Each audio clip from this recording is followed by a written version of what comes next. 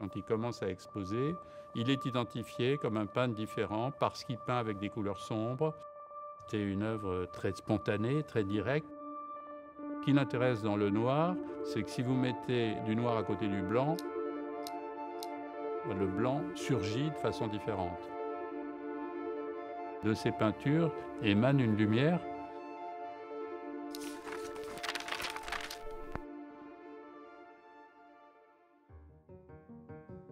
Les peintures sur papier font partie d'un des domaines moins connus, moins explorés. C'était important de le montrer de façon assez complète, ce qui est le cas de l'exposition du Musée du Luxembourg, avec plus de 130 œuvres, dont vraiment un panorama très important. Sa recherche, c'est la recherche de provoquer la lumière par le contraste entre le clair et le sombre. Je crois me souvenir d'avoir fait, quand j'étais tout jeune alors, beaucoup plus jeune que ça, vers 7 ou 8 ans, des choses qui ne représentaient rien. À l'encre, en trempant un pinceau dans un encrier. Et je me souviens que lorsqu'on me demandait mais qu'est-ce que ça représente, j'avais dit ce sont des paysages de neige.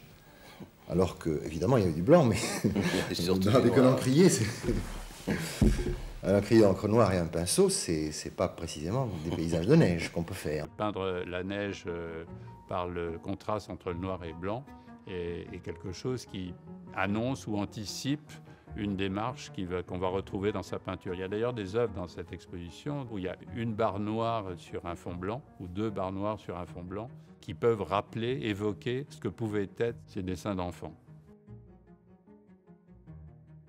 D'emblée, lorsque Soulages a commencé à son œuvre, il a choisi de ne pas peindre avec les petits pinceaux, les peintres impressionnistes, disons, qui font des petites touches. Il a pris des brosses beaucoup plus larges.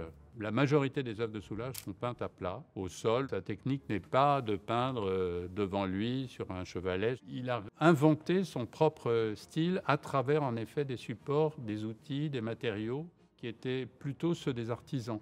Et il va faire beaucoup d'œuvres avec le brou de noix dans les 2-3 premières années. C'était un matériau utilisé par les menuisiers pour teindre le bois. Donc à cet égard, il est assez original. Puis après, petit à petit, il va explorer aussi l'encre.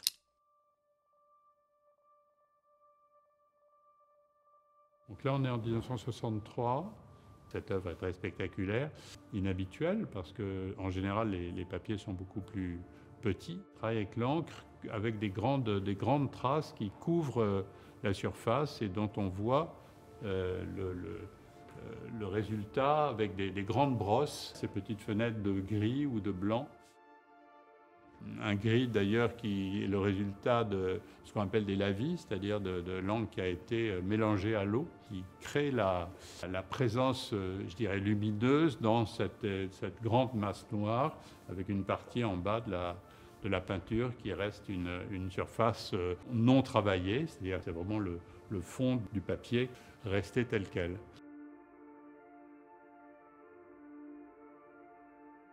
Un des derniers films qui a été fait, où il parle, il n'était pas loin d'avoir 100 ans. Le maître d'école demande « Est-ce que quelqu'un saurait me dessiner une machine à vapeur ?» Alors j'ai pris un bâton de craie, j'ai commencé à appuyer le bâton de craie à plat, à faire un premier rectangle blanc. C'était étrange. Déjà, tout le monde était très étonné, le professeur le premier. Et puis j'ai fait un deuxième rectangle blanc qui collait accolé au premier pour faire un... Alors là, j'ai cru qu'il allait me mettre à la porte parce que toute la classe riait. Et une fois que j'ai eu un grand rectangle blanc, j'ai mouillé mon doigt et j'ai fait les canalisations. Et ça a été lumineux. Il m'a dit « Ah, c'est magnifique, je n'aurais jamais pensé. Ça, c'est très très bien, bravo. » C'est joliment raconté. Ça signifie quelque chose dans sa façon d'aborder la forme. Les peintures sur papier, il ne peint pas des lignes, il peint des surfaces. Soulages, très tôt, a décidé que ses œuvres, je ne dirais pas n'avaient pas de titre, car elles ont un titre, mais que ce titre, c'était leur qualité de peinture ou de gouache ou de brou de noix, suivi d'une dimension et suivi d'une date. Contrairement à beaucoup de peintres abstraits qui donnaient des titres, ou qui ont donné des titres évocateurs de toutes sortes de choses. On lui a posé très souvent la question et il a répondu parce que. Pourquoi le noir? Parce que le noir. Alors, il y avait probablement de sa part une aspiration à ne pas, en tout cas, jouer à une peinture polychrome, à une peinture décorative. De ces peintures émane une lumière très, très forte, très puissante, très présente. Et la couleur noire n'est pas du tout une couleur triste. D'ailleurs, il me semble qu'elle a eu beaucoup de succès dans la mode, par exemple, ou dans d'autres domaines. Il se sent beaucoup plus à l'aise sur le papier, parce que le papier, il peut aller très vite. Il peut, comme il n'est pas très fortuné, il peut utiliser des feuilles de papier de façon très, très importante. Il n'y a aucune esquisse préparatoire. Il prend ses outils, il prend sa matière et il attaque la feuille. S'il considère que c'est pas réussi, il peut déchirer la feuille.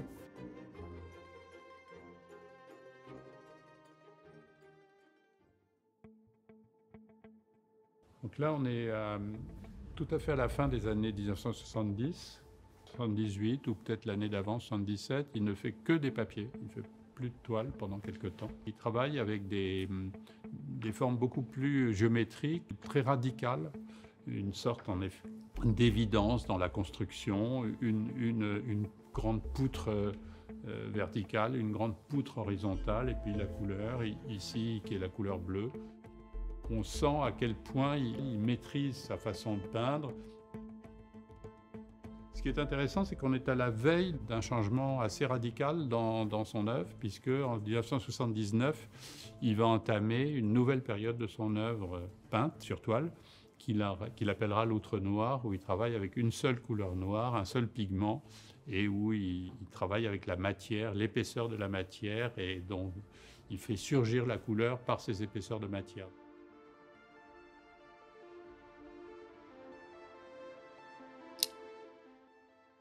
Là, on est en 2003 et il y a une correspondance assez proche entre cette peinture, qui au passage d'ailleurs est inédite, elle n'a jamais été exposée avant, et ce qu'il fait à l'époque avec l'outre noir, parce qu'il va faire l'outre noir, ça ne va pas être une chose figée, il va expérimenter des tas de méthodes de travail. Il fait une espèce de poche de toile avec de l'encre à l'intérieur, et puis il pose cette poche sur le papier, comme ça, bien sûr au sol. Et chaque fois qu'il pose la poche, l'encre se répand, mais elle ne se répand pas totalement sur la feuille blanche, et donc il reste des passages de blanc qui sont des passages très, très, très vibrants, pas du tout construits, pas du tout linéaires. C'est un système d'empreinte en quelque sorte. Lui, il appelle cette poche une jupe. Donc il pose sa jupe comme ça au fur et à mesure sur le papier, comme il le fait à la même époque sur la toile aussi. Donc c'est un des rares cas où il y a une correspondance très directe entre des peintures sur papier et des peintures sur toile. Pourquoi est-ce que Pierre Soulages est un peintre qui fascine? Je ne sais pas, moi il me fascine. Ces œuvres qui pourraient être banales, entre guillemets, sont au contraire des œuvres qui ont une présence très forte. C'est une œuvre qui frappe le public, spécialisé comme le public qui ne l'est pas.